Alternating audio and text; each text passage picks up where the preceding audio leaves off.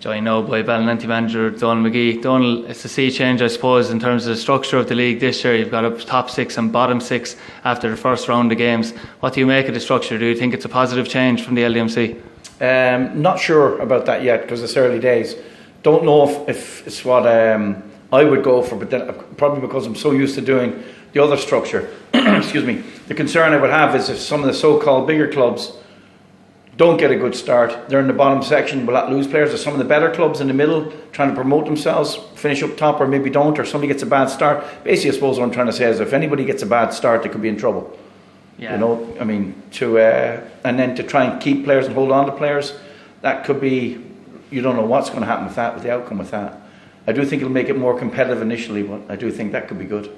Yeah, we're here at the Limerick Institute of Technology tonight where you're training. How have your pre-season preparations been going? It's been going quite well, actually. Just that we haven't had too many changes now from last year. We've only lost one player from last year and we've added a few, so I'm pleased with that. We're hoping to add a couple more before the season starts. I'd like to think we'll compete and be roughly where we were last year. I know we probably surprised a few people, but I hope we can continue that on and be consistent and finish up as high as we can in the league. Yeah, I was just saying, you went 13-game winning streak at the start of last season. Obviously, tailed away a tiny bit towards the end, but I suppose that owed a lot to do with the fact that Jamesborough had set a very high standard. Do you think it's a big possibility for you this year to challenge them again? I'm hoping we will, Adrian, to be honest with you. What happened was at the end of last year, just the last couple of games, we got caught with injuries. With a few injuries, some key players, Kevin Nolan, young TJ, a couple of players, young Ger was it, young Ger Higgins as well. So we suffered in that sense. You know, we didn't lose badly to anybody. It was very close games. So we were still in a realistic shout for the league up until the last 4 games, you know. And that's just football. Really disappointing that it finished out like that, you know. But I think Jamesborough deserved it overall because they're the most consistent team. I think Pike were very unfortunate, didn't lose a game in the league. Best goals against, we were second. You know, so you know, considering what Pike did, they've done very well with a relatively small squad over the last 3 or 4 years. So I think they deserve a lot of credit. You know, and also for Jamesborough winning the Oscar Traynor was a big achievement as well. So I think that probably helped Jamesborough maybe at the end, if I'm right in saying that. Yeah, I know you might be reluctant to share names with us, but who are the players that you have got in and who are the players that have departed for you for the new year? Well, the player that's left, Eddie Burns, has gone back to Fairview, so, you know, and the players we've got in is Adrian Parr signed for us, Barry Quinn has signed for us, young Dylan Higgins signed for us from the Borough as well. We have another goalkeeper, Jose, coming in, a Brazilian keeper. Young Adam Doherty, another goalkeeper, has come in. Our other goalkeeper that's retired, it would be Darren Whelan. He's retired, he's been injured, but I think he's going to sign for Shannon Town as far as I know. Let me think who else. And we have a couple more coming, names to be revealed at a later date.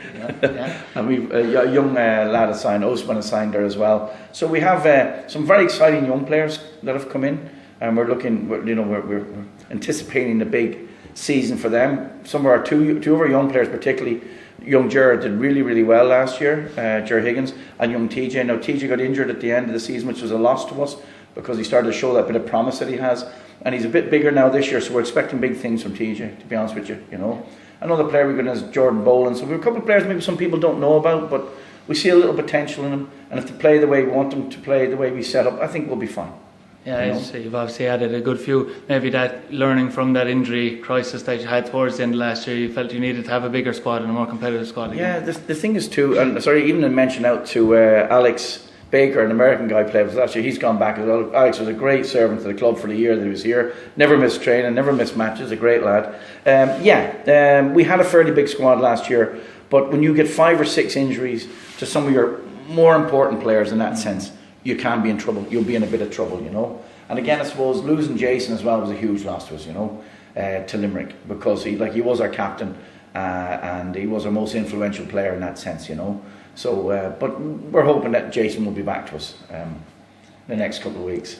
You also see the strides, I suppose, made off the field by Aisling and Akadi, and obviously with the announcement last year about Bateman Park for Ballynanty, you'll obviously be hoping that you can replicate that type of off-the-field success, and that's probably the main aim probably for Ballynanty as well going forward. It would be, Adrian, yeah, that's a good point. I think what Aisling have done there, I would be friendly with Mike and we would talk every couple of days, you know, great soccer man, great supporter of Limerick sports in general, Mike Ahern. And I think what he's done up there at Ashling deserves a lot of credit. I think he's made them a very formidable unit.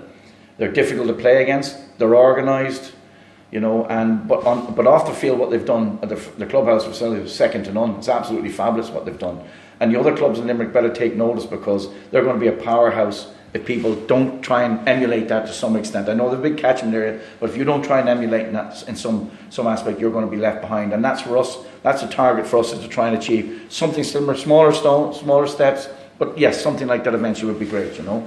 I have asked you this on a regular basis about maybe the state of junior soccer, but you touched on it yourself, that if Anacotti do keep doing the right things, they might leave everyone else behind. What do you think of the state of both on and off the field of, I know we can talk about senior soccer until the cows come home, but that's not going to change. But in the junior scene, we seem to need a bit of a lift, maybe, whether that's winning a major trophy for a Limerick side, or I know the outside of James, but the Oscar trainer. Are we in need of a lift in the junior scene? I would say yes, and I think it does. I think the standard has dropped in Limerick Premier Football, in my opinion. I'm sure there's people will agree with that. I think the fitness levels have dropped. I think the players' attitudes aren't the same as they used to be.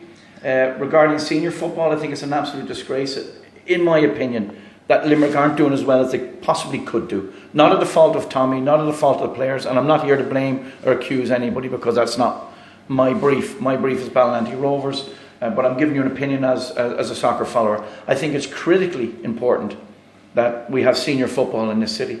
Critically important for younger players to aspire to try and play at that level in League of Ireland, and I think that's important. Whether it'll be there next year, I don't know. Yeah, I know you have been linked yourselves with obviously a few players from the senior ranks coming back to you, and obviously you will greatly benefit from that. But do you agree, maybe with people like myself, I suppose, looking from the outside, that it does seem staggering, like that players nowadays aren't aspiring to play senior soccer? It is a case of they want to come back down and play junior because of maybe the off the field problems in senior soccer, and you know that does seem. It's awful to see that, because to be truthful, a fellow should be playing at the highest level he can play at.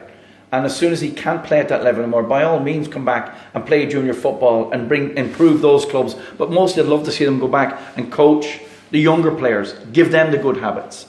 You know, because lads that are playing junior football mightn't have the same habits as League of Ireland players.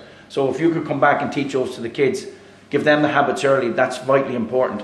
It's indicative of society, it's indicative of the way things are, unfortunately, that players are coming back to play junior because it's not done the way it should be, for whatever reason, or the opportunity's not there to play at that level for whatever reason. I think Galway are suffering, I think Waterford are suffering, I think soccer is suffering in general in Ireland at that level, and I think the governing body need to come back and do something about it. Stop talking about it, do something about it. I think that's what's needed to be done. The league needs to be promoted, it needs to be run. Our ardent fans in this country that support League of Ireland, I would be one of them myself. I wouldn't be as mad as some of the others, but I do follow it and I do encourage it, and I like to see a domestic team doing well in Europe. It's great to see that. I think that only benefits the kids that are trying to aspire to that level. So I think our governing body need to do more in that respect.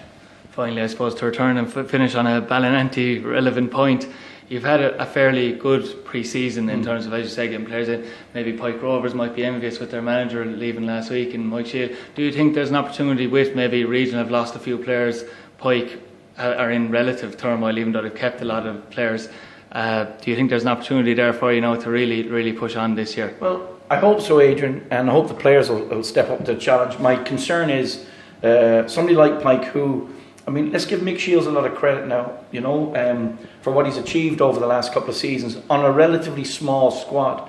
They've been there at the top level year in, year out. They've done very, very well. Yes, they mightn't have won a Limerick League, but they've won Lawsons and Tuies, and they've won Munsters. I think it was 2 or 3 in a row. So that deserves some bit of credit, in fairness, with a relatively small squad. So I think Mick deserves a lot of credit for that. I think he's a loss not having him here.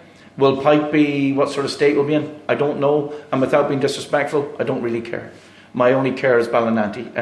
The other clubs like Regional, who had maybe a couple of League of Ireland players and they're coming and going, or they might come back to them, that's up to them, that's to their own business as well. I think every club needs to mind their own, or some clubs may be improving, some clubs might be disproving.